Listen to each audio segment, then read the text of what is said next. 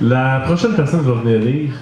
Lorsqu'il est venu lire la première fois ici au micro, il s'était installé ici sur scène et nous avait parlé d'un arbre. Et il était parti sur cette histoire-là et c'était tout simplement magnifique. Et j'ai embarqué dans sa poésie au premier mot, à la première phrase, à la première seconde. Et c'est un poète exceptionnel. Je vous demande à tous d'accueillir Mich Sigino.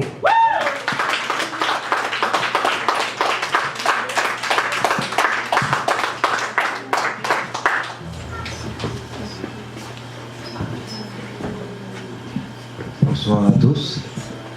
Moi, rien qu'à y penser, j'ai froid. Et rien qu'à y penser, j'ai chaud. Et rien qu'à y penser, j'ai le vertige. Mais c'est mon pari. C'est m'engager, même s'il s'agit d'un défi de taille, mais c'est la seule vocation qui me reste dans cette vie. Moi, mon défi est de consoler l'âme des poètes. Imaginez-vous. Et c'est pour cette raison, pour consoler l'âme des poètes, j'apprends à lire, j'apprends à écrire, j'apprends à chanter, j'apprends à danser et j'apprends même aussi à jouer, parce que les poètes peuvent être aussi des enfants. Ce soir, j'aimerais faire mon partage avec vous sur le thème de l'amitié, aussi simple que ça peut vous paraître. Vous savez, nous développons des liens avec les oiseaux. Il y a un monsieur, un voisin dans mon immeuble, il se promène avec un perroquet sur les épaules tous les jours. Puis la dernière fois que je l'ai rencontré, j'ai dit, monsieur, est-ce que vous dormiez avec votre perroquet? Il s'est contenté de rire, il ne m'a pas répondu. Nous développons aussi des amitiés avec les chiens, les chats.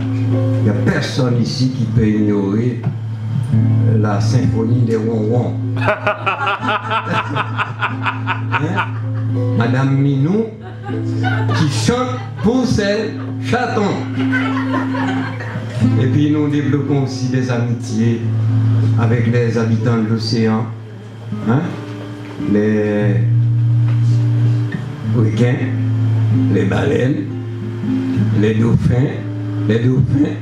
Mais j'ai une meilleure anecdote pour vous. Je l'ai raconté 2 fois. La première fois au lancement de mon livre à la librairie Le Port de Tête, la deuxième fois à l'Oxmania la semaine dernière, et puis ce soir. Mais cette petite histoire n'a jamais si bien cadré dans ce que j'ai envie de partager avec vous ce soir. C'est l'histoire d'un vieux poète catalan qui vivait seul. Tous les matins, il partait se promener dans son village. Puis il disait, il n'y a rien comme une présence. Il n'y a rien comme une présence. Il n'y a rien comme une présence. Il n'y a rien comme une présence. Puis les villageois finissaient par dire, oh, c'est un fou. Ben, une belle façon de, vous savez, balayer le problème de la solitude sous le tapis. Mais si vous me permettez ce soir de vous paraphraser ce vieux fou, il n'y a rien comme autant de présence. Qu'est-ce que ça veut dire concrètement? Vous venez ici, soit non seulement pour partager vos mots, mais vous venez aussi ici pour accueillir ceux des autres. Et qu'on le veuille ou pas, il y a un lien qui se crée entre nous. Et ce soir, j'ai rencontré une amie à l'Oxmania qui était supposée m'accompagner. La preuve de ce que je vous dis, c'est que je n'ai que des bouillons dans mes poches. C'est elle qui a le propre et le texte travaillé. Mais malheureusement, elle n'est pas venue. Je ne sais pas comment je vais trancher ça. Peut-être je vais essayer de vous lire la fin. Ouais, je vais regarder la première partie pour la prochaine fois. C'est vrai que...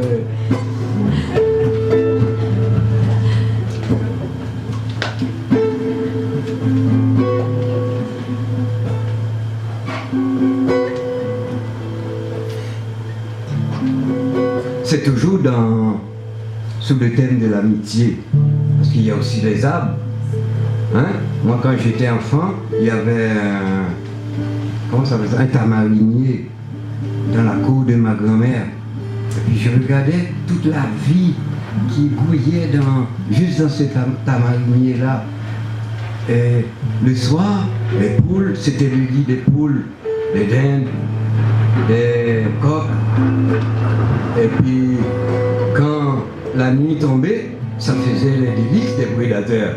Et puis moi, enfant, dans le jour, j'allais m'asseoir à l'ombre de cet tamarinier, puis je lui disais toujours, si ton ombre n'existait pas, je pense qu'il y a quelque chose qui me manquerait dans cette vie.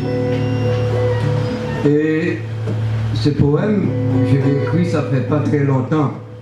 Ça, c'est à cause de tous les sapins qu'on coupe à Noël. Et je vais essayer de vous le lire.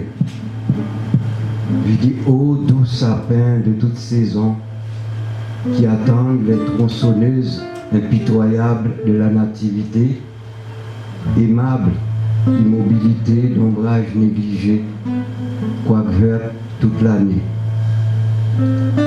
Vous, dont les dents acérées et métalliques n'est pas un guère Noël venu, voyez encore votre tenace printemps. Montons vigoureusement. Bientôt, les pâquerettes, les myosotis aveugles se tromperont en allant fleurir sur des vieux troncs abattus. Mais soleil, nul comme toi, ne favorise de telles amitiés. Vous frémisserez au cri des oiseaux, comme le grand silence au fond d'un crépuscule qui voit mourir sous ses yeux une ville veuve, impossible comme l'océan soupirant aux étoiles.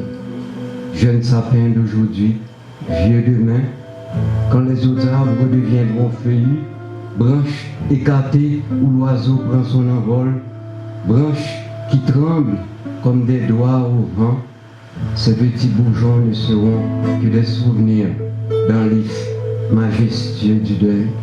Montons et continuons de chercher le soleil.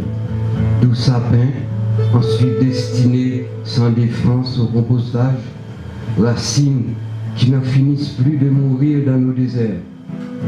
Dites votre sève bouillonnante et guignon qui saigne, notre sang renouvelle ton branchage cagneux, gelé par le vent glacial qui s'envole à d'autres vents. Il en va d'un poème, d'un rêve comme d'une vie. Plus les racines s'enfoncent dans la nuit dense de la terre, plus grand est le morceau de ciel que la ramure peut embrasser.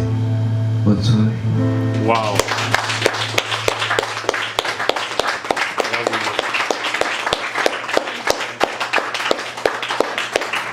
Mich Sigino!